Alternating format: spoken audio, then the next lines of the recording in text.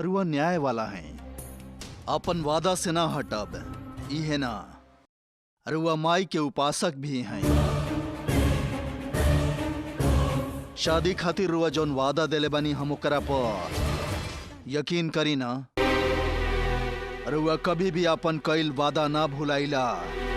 ये बात हमार बहनोई नारायण शास्त्री कहले रहन। फिर भी हम भरोसा खातिर कहतानी,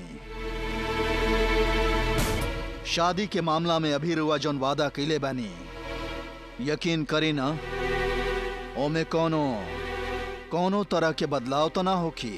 ई का कह रहल बानी? हमार ऐसन कहे के कारण ई बा कि अगर हमारा से बढ़िया कोनो रिश्ता आ गइल, तब अगर हमरा से बड़ घर से कोनो संबंध आ जाए, चाहे कोनो मजबूरी हो जाए, तो रउआ अपन फैसला बदल तो ना देब ना।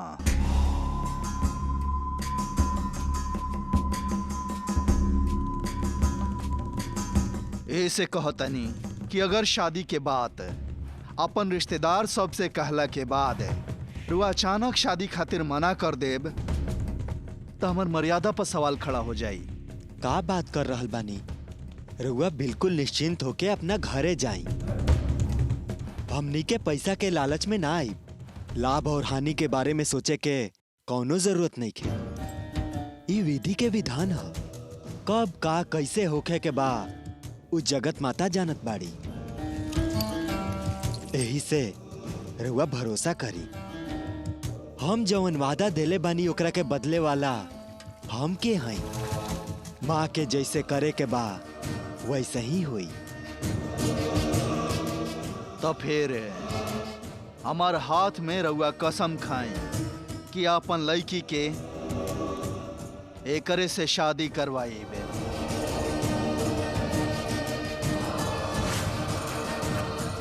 हम माँ के छोड़ के केहू के कसम ना देनी। माँ के भेजल संबंध हई। अगर उनका इच्छा के विरुद्ध जाइब तो हमार जुबान कट जाई।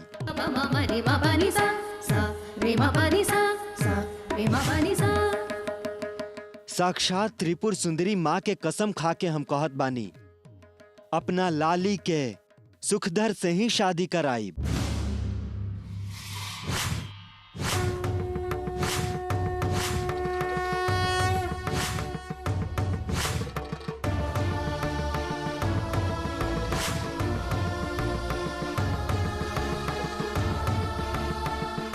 अगर वो अपना तरफ से मना ना करी।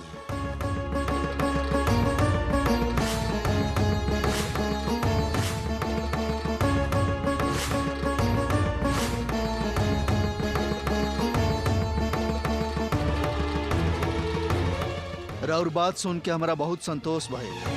तो फिर ठीक बा, हमने निकला तनी। जी ठीक बा।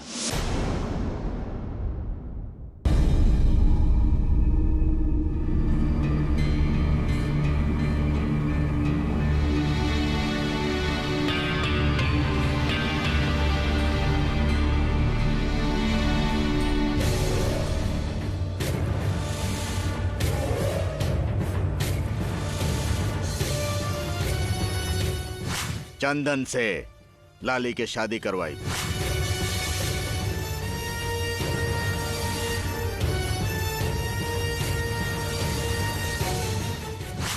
ओहो मान गेल बिया। श्री चक्र स्वरूपी वो बच्चा हमरा घर में पैदा हुई।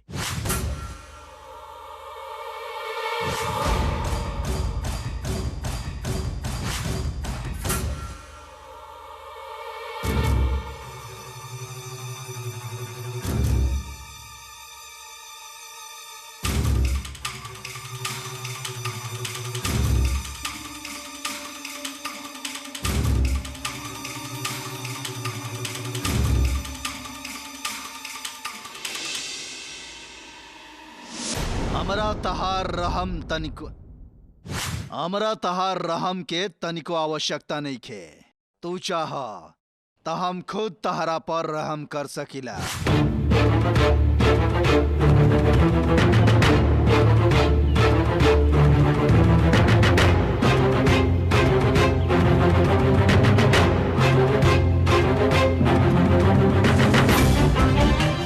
चंदन चला।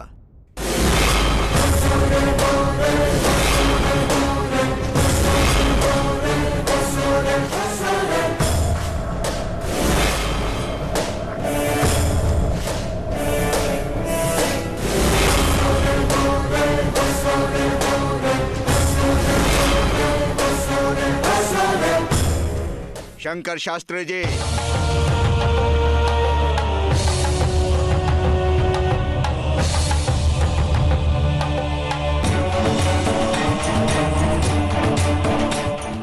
ई का विरूपाक्ष बाहर खड़ा बानी।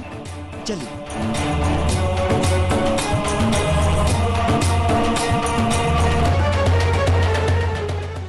अभी जे लोग गइलन वो के रहलन? उ सब हम रहुआ के अच्छा तरह से बताई।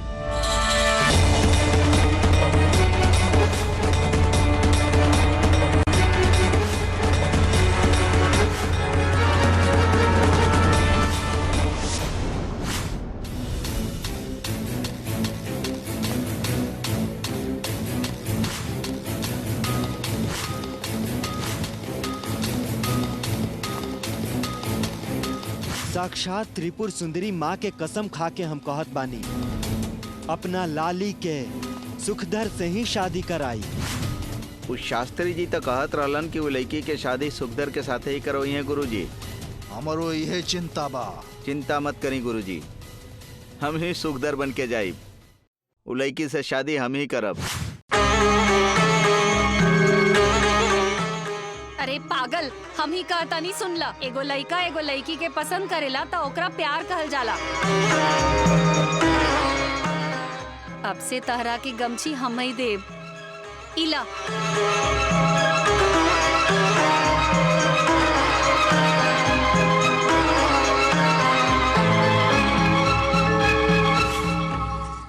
अगर कुछ उल्टा पलटा हो जाए तब हम वो लड़की के जबरदस्ती उठा के ओकरा मंगलसूत्र पहना दे। ऐसा ना होके के चाहे सूर्यांशु, एक काम अच्छा से होके के चाहे। हम ऐसा नहीं करब गुरुजी। आप जैसन गुरु के बात मान के कुछ भी करे खातिर हमरा जैसन शिष्य के कोनो हिचकिचाहट ना होई गुरुजी।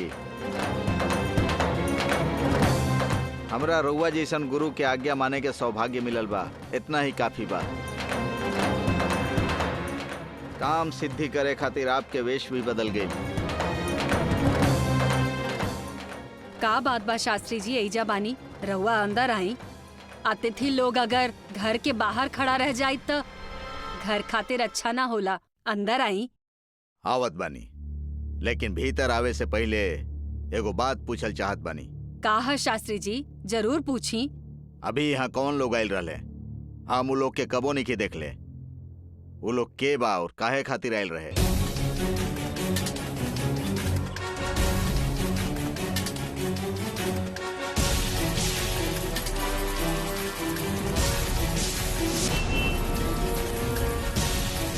लक्ष्य साफ होके तो हमनी के वो लक्ष्य के पावे खातिर तैयार रहे के चाहे सूर्यांशु। शक्ति से होके तो शक्ति प्रयोग करा, अगर युक्ति से होके तो युक्ति प्रयोग करा। कहाँ कहाँ का इस्तेमाल करे के बाऊ अच्छा से पता होके के चाहे। ये हम जानत बानी गुरुजी, हम बचपन से ही रउआ पास यहाँ आवल चाहत रहनी। मंत्र शक्ति से माता के शक्ति बढ़ा के कैसनो कठिन रास्ता से कैसे गुजरे के बा और कौन कौन विद्या के कहाँ कहाँ इस्तेमाल करे के बा, ये रउए सिखौले बानी गुरुजी। खाली हमरा एक बार कहला पतो यहाँ अगिला सूर्यांशु। बहुत धन्यवाद। तहरा जिसन भाई के पाके हम धन्य हो गइल बानी। रउआ हमरा धन्यवाद काहे कहत बानी गुरुजी? हम तेरा चरण के धूल बानी। ऐसन कह के रउआ हमरा शर्मिंदा मत करी। बतावतानी, हम रहुआ के सब अच्छा तरह से बतावतानी। पहले घर के अंदर तो चली। ठीक बा।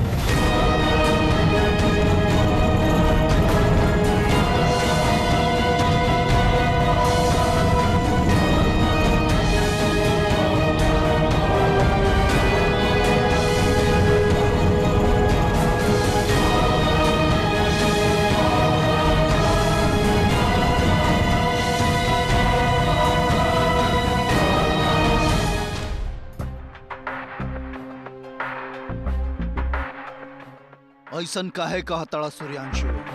तू हमार शिष्य ना हवा, तू हमार भाई हवा। भाई के बीच में शर्मिंदा के बात ना आवे के चाहिए। जानत बानी गुरुजी, रउआ हमके अपन भाई जैसन माने नी।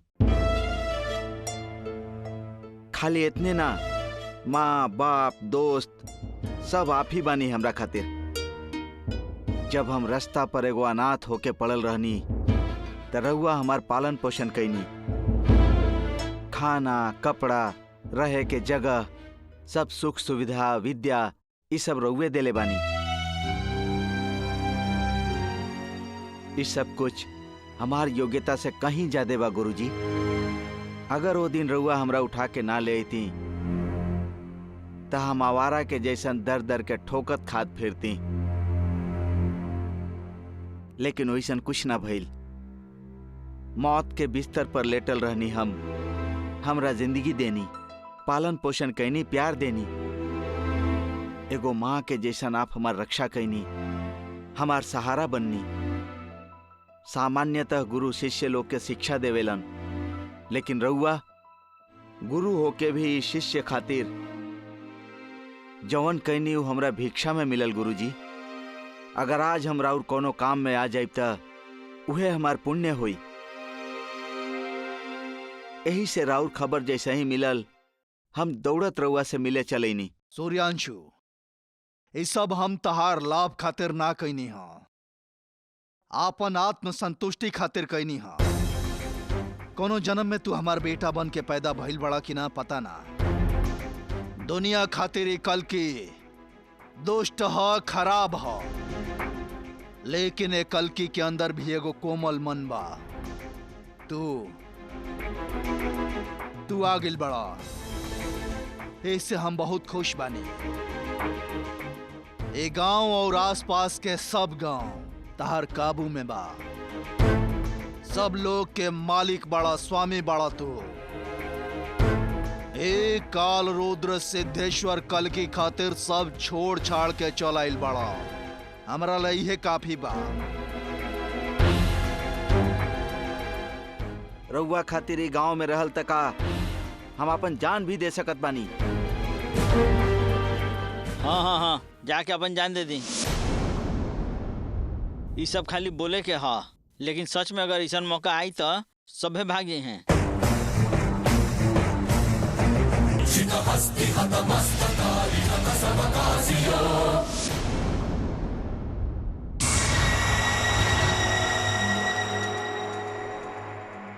मणिकंठ,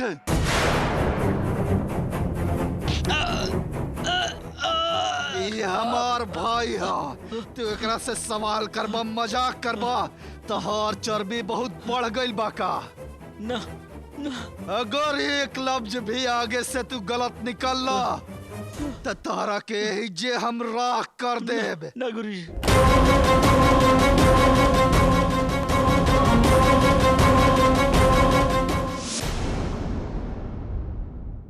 आई यहाँ बैठी।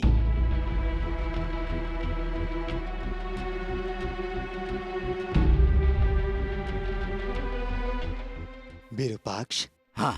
का पियब रहुआ? दूध, चाय? ना ना, कुछ ना चाहिए। ना ना, इतना दिन बाद आइल बानी, अगर ऐसे कहब तो कैसे चली? कुछ ना कुछ तो रहुआ लेबही के पड़ी। राजलक्ष्मी,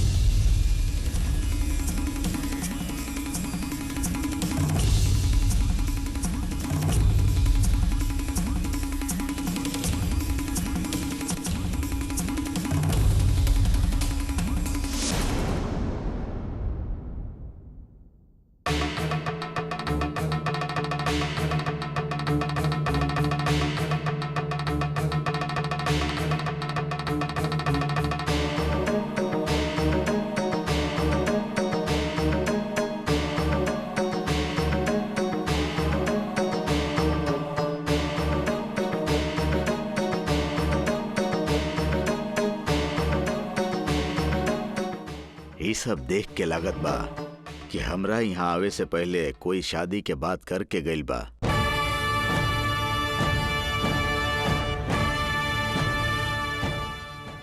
एकर मतलब हम अभी लाली से अपन बेटा के शादी करे के बात करी त अच्छा ना होई। एकर कोनो दूसर रास्ता निकाले के पड़ी।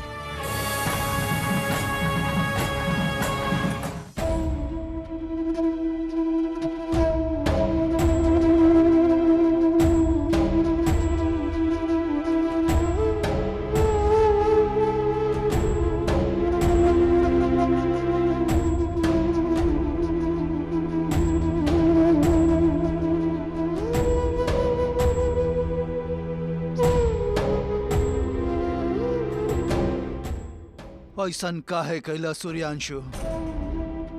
केहू चाहे कुछो काहे न कहे, तहरा अपन प्यार के जतैला के जरूरत नहीं खे सूर्यांशु। तू के हवा हम अच्छा से जाना तानी। हमार प्यार कैसन बा कि तू हूँ जाना तड़ा, तू ही जाना तड़ा। अगर तहरा दर्द होखेला तो हमरा से सहन ना होके सूर्यांशु।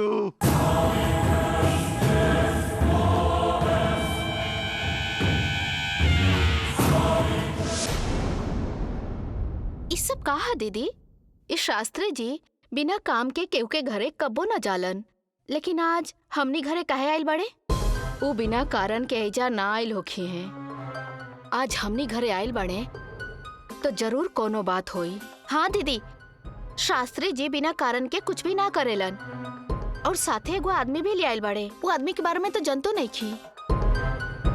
वो कोई भी होखेदा, कुछ भी काम से आएदा, लेकिन घर में आइल बाड़े अच्छी तरह बैठ के बात करे के चाहिए। ई शास्त्री जी और उनकरा साथ आदमी जरूर कोनो विशेष बात हुई, और वो भी हमार घरे आके। शास्त्री जी के मालूम बा वो केहू के घरे जाके बिना मतलब के ऐसे ही ना बैठ जाइए। हमरा तो आज जौन काम शास्त्री जी कर रहल बाड़े बिल्कुल अच्छा नहीं खेलागत। ससुर जी के रहले अच्छा भइल, उस सिद्धि से घर के अंदर बुला ले। हाँ दीदी, इस शास्त्री जी के समझावल ना आसान काम ना हा। देखिए उनके कैसे नाटक करत अरे, मुंह नहीं खन खोलत।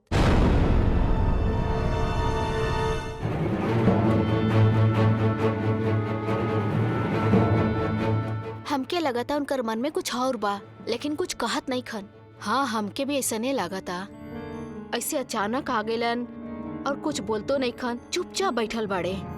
ई सब जायदा तार ससुर जी संभलिए, हमनी के एजा ई सब बात मत करी जा। विरूपाक्ष, विरूपाक्ष।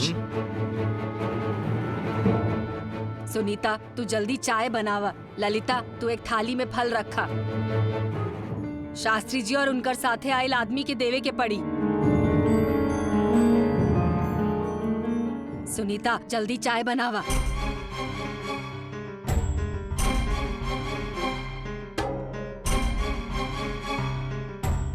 तू कौन गहरा सोच में पड़ गईला?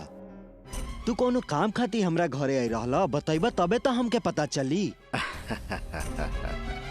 राउर घर में आवे खातिर हमरा कोनो कारण चाहिए का? जब चाहिए घर में आ सकत बानी। ऐसन पारिवारिक संबंध बा हमनी के। ऐसा नहीं के विरूपाक्ष। वैसे तू ऐसे आके ना जालाई, तू भी जाना तारा, हमहू जाना तानी। हम ताहरा के आज से नहीं जाना, तो के बचपन से ही हम देखत बानी। वही समय जैसन तुहार स्वभाव आज भी बा। तहार तो उमर पोता देखे के अब हो गइल बा, लेकिन तू ना बदलला। तहार एके लक्ष्य रहेला, कहाँ लाभ होई और कहवा हानि। यही से कहनी है। छे छे ऐसन कुछ बात नहीं है शंकर शास्त्री जी। लाभ और हानि के बाद तो व्यापार में सोचल जाला, दोस्ती और रिश्ता में ना। वैसे देखल जाए तो 20 साल पहले रउआ बनवासी हो गई रहनी, और अभी अभी यहाँ वापस आइल बानी।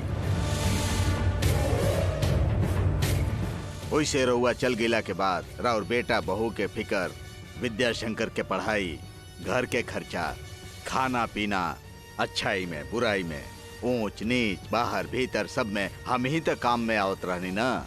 शेखर कहेले शास्त्री जी अगर रउआ ना होती तो हमार घर के खर्चा कैसे चलित, हमार परिवार तो बिला जाइत। रउआ कहत बानी हम लाभ हानि देखे नी, ई घर से आखिर हमरा कौन लाभ रहे? हमरा तो कोनो लाभ ना भई। ई घर से संबंध हमरा लाभ हानि से बहुत ऊपर बा।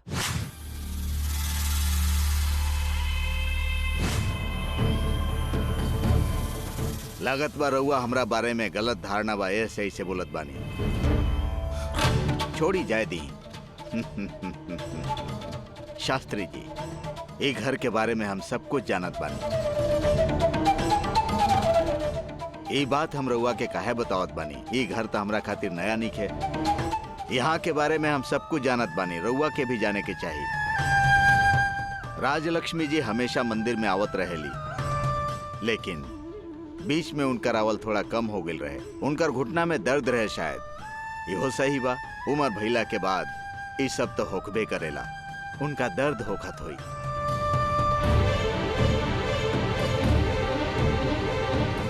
ललिता थोड़ी देर में चाय लेके आवत अरी।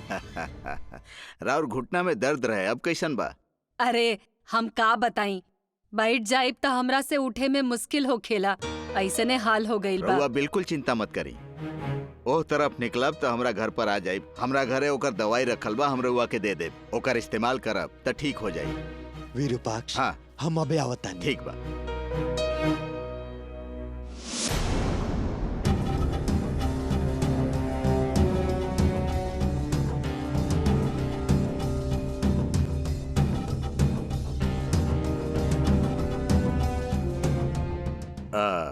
राजलक्ष्मी जी, एगो जरूरी बात हम रउआ से कहल चाहत रहनी। बोली ना। ओ बहुते जरूरी बात बा।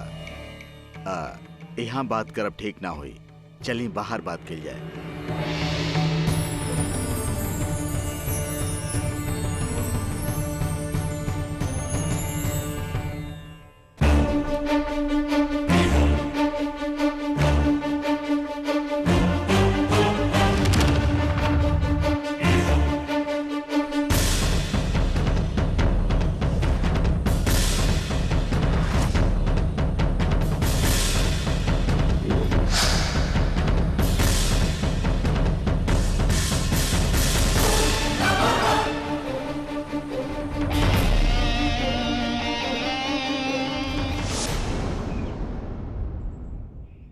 का बात बा शास्त्री जी? कोनो खास बात करे खातिर बाहर बुलाईनी हा? का बात हा? खास बात बा राजलक्ष्मी जी, हमके हर रोज रात में अलग अलग सपना आवत रहेला, और राउर घर के संबंध में हम अभी ओकरे बात कल चाहत बानी। यही से हम कहनी है। हमरा घर के बारे में कोनो बात बा का? सबके सामने रहुआ कह सकेनी। राजलक्ष्मी जी, रउआ अपन पति के अच्छा से जानत बानी, वो ये बात पर विश्वास ना करी है। यही से हम रउआ से कहल उचित समझनी। ठीक बा, का बात हा कहीं शास्त्री जी? रउआ अच्छा से जानत बानी, हम माता के उपासक बानी। साल के 365 दिन हम माता के पूजा करत रहेनी। यही से हमार सपना में माता बार बार आके कोनो विशेष सूचना होखेला तो देवत रहेली। इ त पूरा गांव के पता बा। इतने ना, कबो कबो हम गर्भगृह में खड़ा होके माँ से बात भी करेनी। इहो रउआ जानत बानी। ई सब हम जानत बानी, एमे नया का बा शास्त्री जी? सच बा, एमे कोनो नया बात नहीं खे। तबो हम रउआ के काहे बतावल चाहत बानी, काहे कि हमार बात झूठ ना होखेला और हम कबो झूठ ना बोलेनी। यही से रउआ के हम याद दिवावल चाहत बानी। अच्छा त ठीक बा, हम जब से शादी करके आईनी तब से रउआ के देखतनी, बार बार कहे के जरूरत नहीं खे। रउआ विषय में हमरा कोनो शक नहीं खे शास्त्री जी। रउआ के शक के नजर से देखे खातिर हम ऐसा ना करब। ई बात छोड़ी, सपना बतावत रही ना, बताई जल्दी।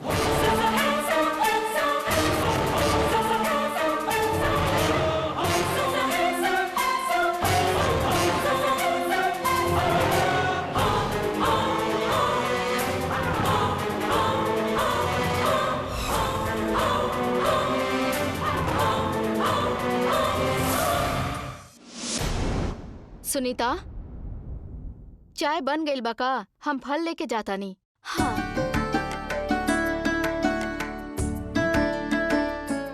ठीक बा, तू हो चला।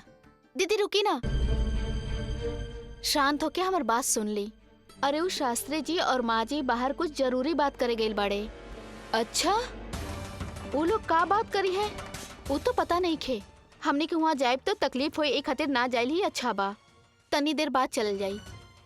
इस शास्त्री जी के माँ जी से बात करे के का जरूरत बा?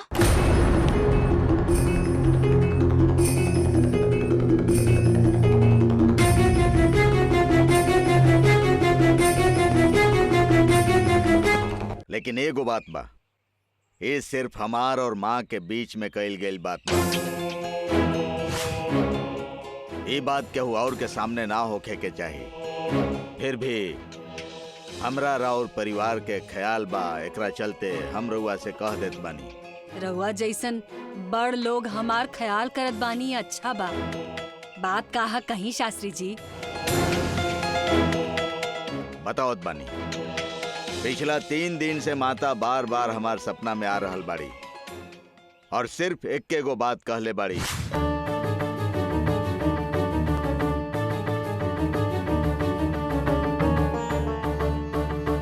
हमार घर के बात कहत रही, रउआ बताई ना। हाँ राजलक्ष्मी जी, आपके घर के बात बा। ओ माता के आदेश बाकी राउर पोती लाली के शादी आवे वाला पूर्णिमा के दिन होखे के चाहिए।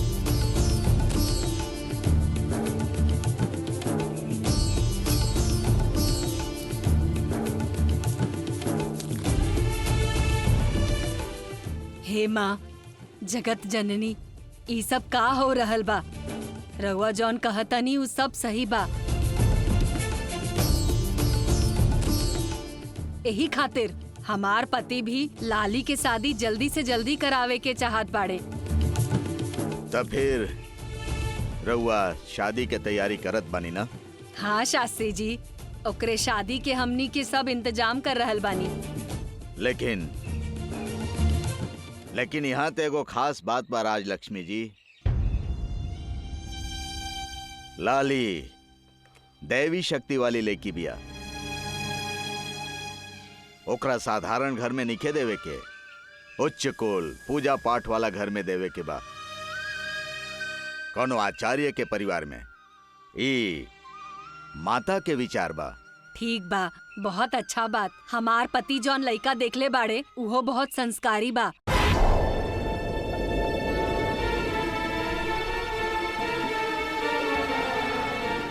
अच्छा बा, अच्छा घर के भी बा। लेकिन खास बात अभी हम बतावे जा रहल बानी। कोनो भी कारण से लाली के शादी चक्रपुरी से बाहर भुला के भी नहीं करे के। आखिरी समय तक वो चक्रपुरी के बेटी ही बन के रहे के चाहिए। यह चक्रपुरी में कोनो अच्छा परिवार देख के लाली के शादी करवावे के ई माता के इच्छा बा। शास्त्री जी, लेकिन एगो समस्या हो गईल बा। का है? का हो गई? हम दूसर गांव के लइका से लाली के शादी करतनी। शादी तो तय हो गईल बा, अब हम का करी? कोनो उपाय होखी तो बताई। माता के संकल्प ही अंतिम इच्छा बा, एकर दूसर कोनो उपाय नहीं है। संकल्प टूटी त सजा से कोई ना बच पाई।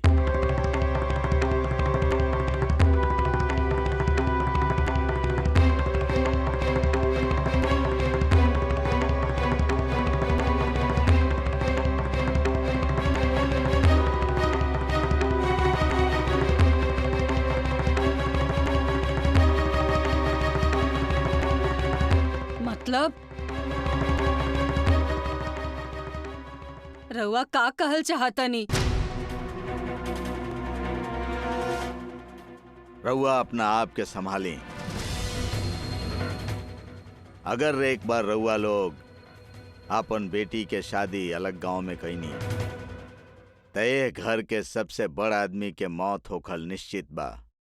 ई माता के पक्का चेतावनी बा।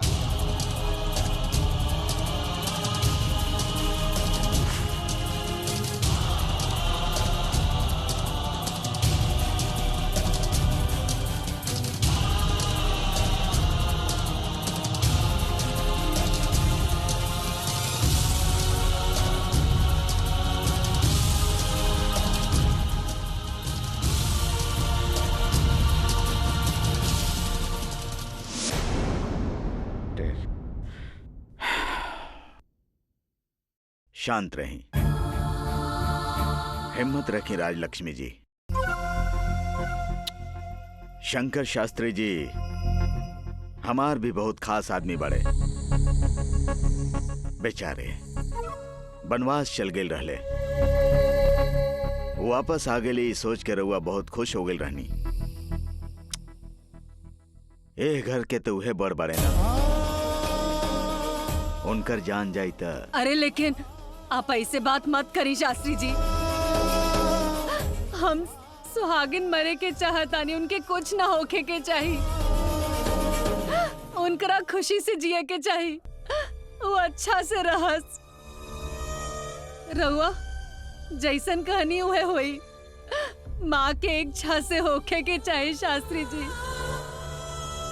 शास्त्री जी ये बात पहले हमरा बता के बहुत उपकार कईनी। रउआ जैसे कहब हमार लाली के और कोनो गांव में शादी ना कराइब, यही गांव में शादी कराइब। हमार मंगलसूत्र रहे के चाहिए, हम सुहागिन मरे के चाहतनी। सुनी, ऐसे दुखी होके से कोनो फायदा नहीं है। एकर उपाय कैसे करे के बा ओकरा बारे में सोची। सामान्य रूप से भगवान से भइल बात केहू और से बतावल महापाप होखेला। फिर भी हम तो इंसान हैं, हमार मन भी बहक जाला, यही से हम ये बात आपके कह दे। ये बात रहुआ और केहू से मत कहब, ना तो माता बहुत नाराज हो जी हैं। ये महादेवी के कसम, महादेवी के कसम, महादेवी के कसम।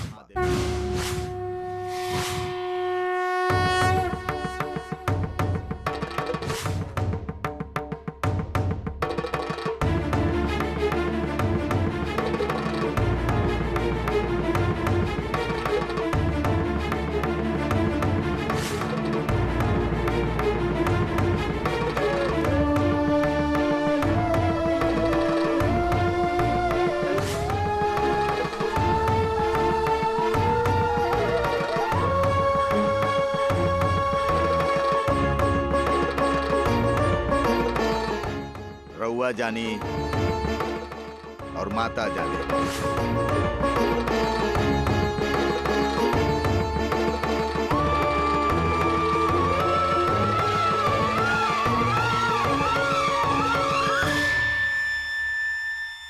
अपन बेटी के शादी अलग गांव में कईनी तय घर के सबसे बड़ आदमी के मौत होखल निश्चित बा। ई माता के पक्का चेतावनी बा।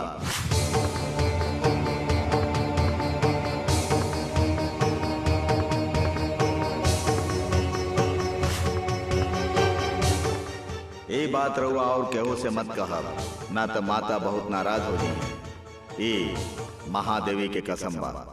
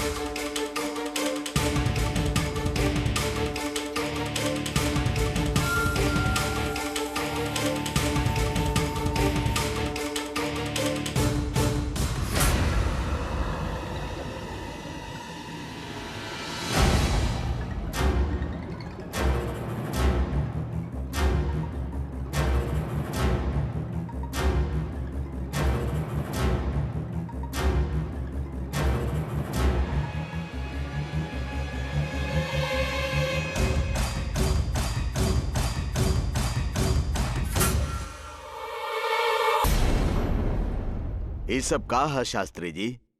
ऐसे आइज बाड़ा तो ऐसे ही करब। अब तो तू बता सकेला काहे खातिर आइल बाड़ा? आहा, फल तो बहुत ही अच्छा बा। अच्छा, ये कहाँ से खरीद के ले आइल बानी? यह नंदू के बगीचा के हा। ओहो वो मिली तो हमरा घरे भी भेज दे, हम हो फल लेल चाहत बानी।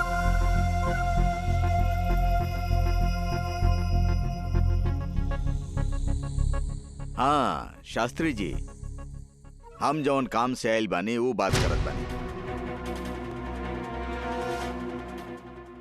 ई गांव में सबसे बड़ अगर केहू बा त रउआ और हम बानी। कुछ मुख्य बात करे के रहे त सोचनी की रउआ पास चल के कर ली, यही से आइल बानी। ई बाड़े चंदन,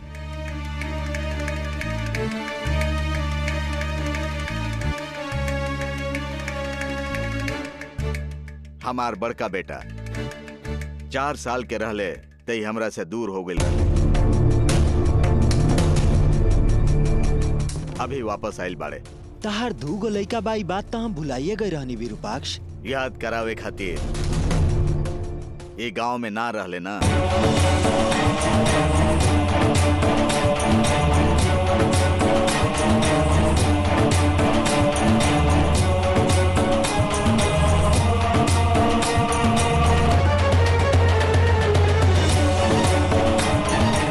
उहे बतावे यहाँ आइल बानी।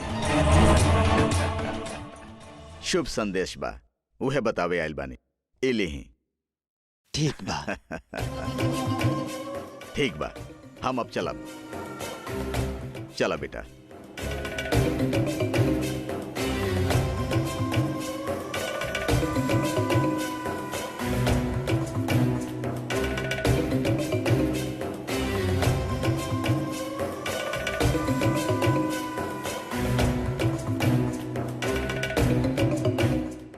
अच्छा, लाली कहीं दिखाई नहीं दे रहल? अंदर ही बाड़ी। ओहो, घरे आइल बानी त ओकरा से ना मिली, ऐसन कैसे हो सकेला? लाली, बेटी लाली।